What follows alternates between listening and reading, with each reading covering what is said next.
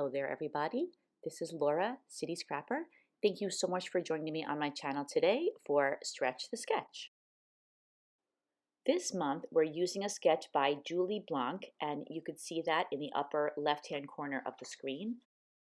This month, I'm shrinking the sketch, and I'm going to be shrinking the sketch for the next few months. I'm working on a project that I've been meaning to work on for a long time. I'm taking a class with my friend Janet Fritz, and she described it to me a while back, and I thought that it was just what I needed. The class is called Impactful Storytelling, Being Me, and she provided us with a whole bunch of stuff. But to me, the most important thing were the monthly prompts. And even though I hadn't started the scrapbooking until now, I have been pretty good about keeping up with the prompts. And the prompts helped me to document my life. And so I'm creating this small album, and I'm going to be including all of the text that I have written in response to the prompts.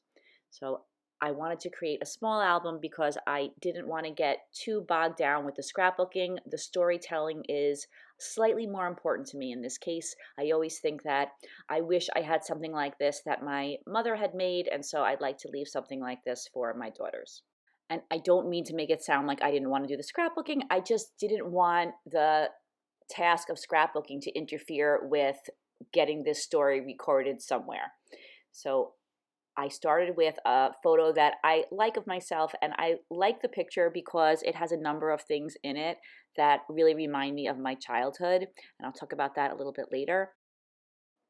I decided that I wanted to look for a paper collection that would have a lot of the colors that were in the photo because it's a photo taken in the probably late 60s, early 70s. It has a certain color theme, and I wanted to capture that. So I'm using this collection by K & Company. It's called Handmade, and I like the way there were greens and reds and that gold color. And I also liked these flowers. They all reminded me of that time period. The page protectors that I'm going to be using are 6 inches by 8 inches. I cut a piece of paper, that white paper that you see in the background, and that is the size that fits inside of the page protectors that I'm using. It's a little bit bigger than 6 by 8. It's about 6 1/4 by 8 1/4 approximately.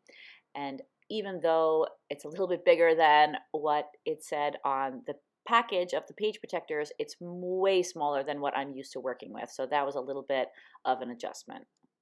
And the white piece of paper that you see there, that is a piece of paper that I'm going to keep in the album, so I know how big to cut the papers that are going to go in this album, but I'm going to use a different piece of paper in the background because I'm going to do just a little bit of mixed media on this layout.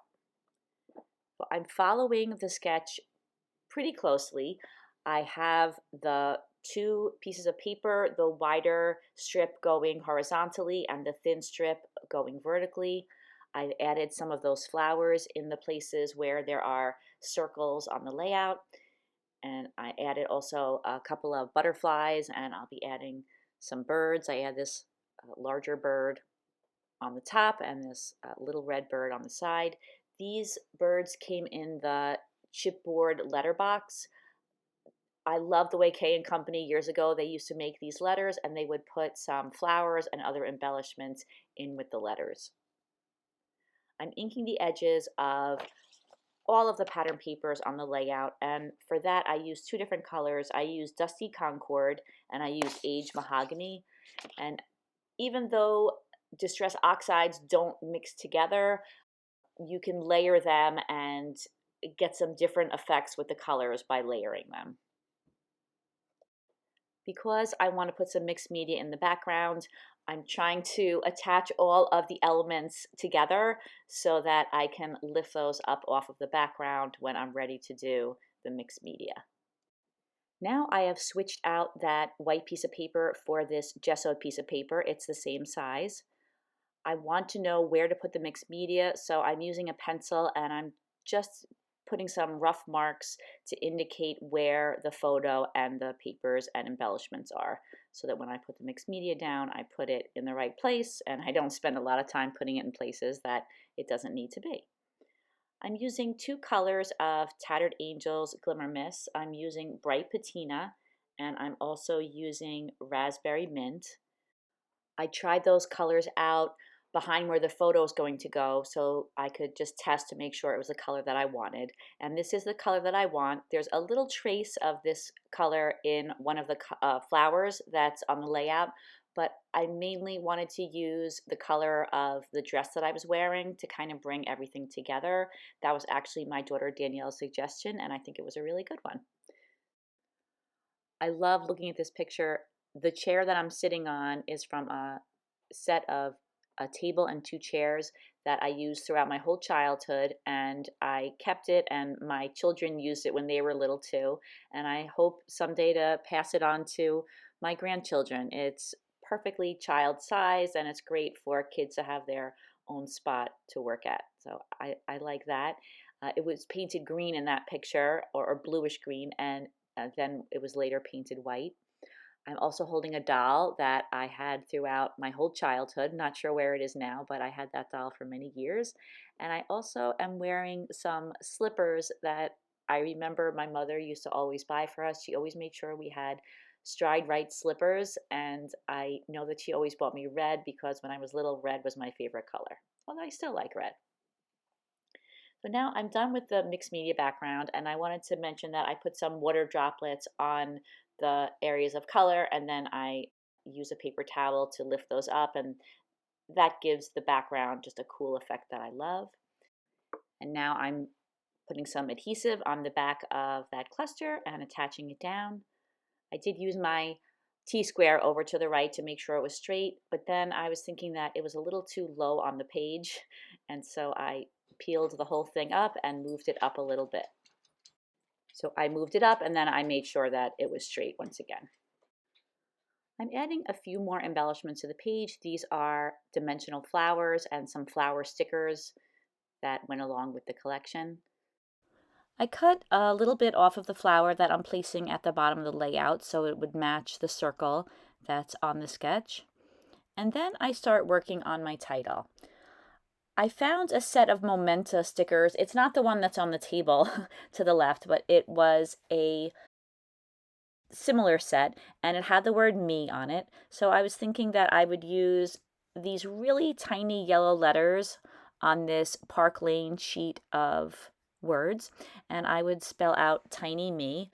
And I think that's the first time I've ever been referring to myself in any scrapbooking layout using the word me.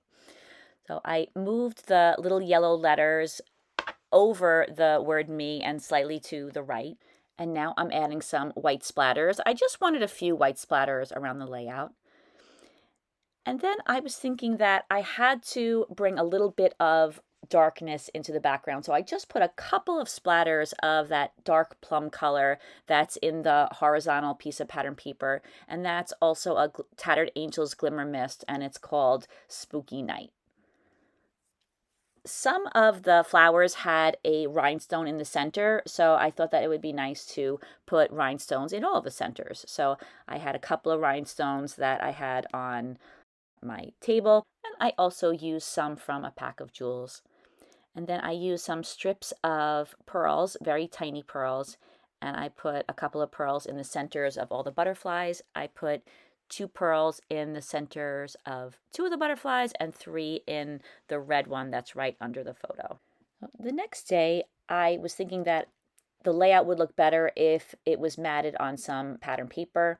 I inked the edges using those same colors of Distress Oxide that I used on the rest of the layout, and I trimmed the layout a little bit. It was a little challenging, but I did trim a little bit off of each side, and I put a piece of olive colored pattern paper behind it, and then I moved those embellishments down and up so that they would go to the edge of the pattern paper. And I was also thinking that I needed to put one other flower on the right to kind of balance the layout off a little bit. I added a jewel to the center of it, and that completes this layout. Thank you so much for watching this video, everybody. I really hope that you enjoyed it.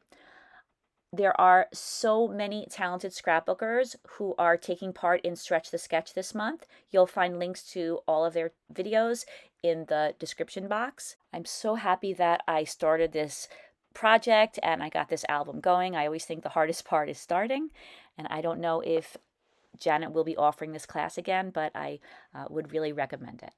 Thank you so much, everybody. Take care. Bye-bye.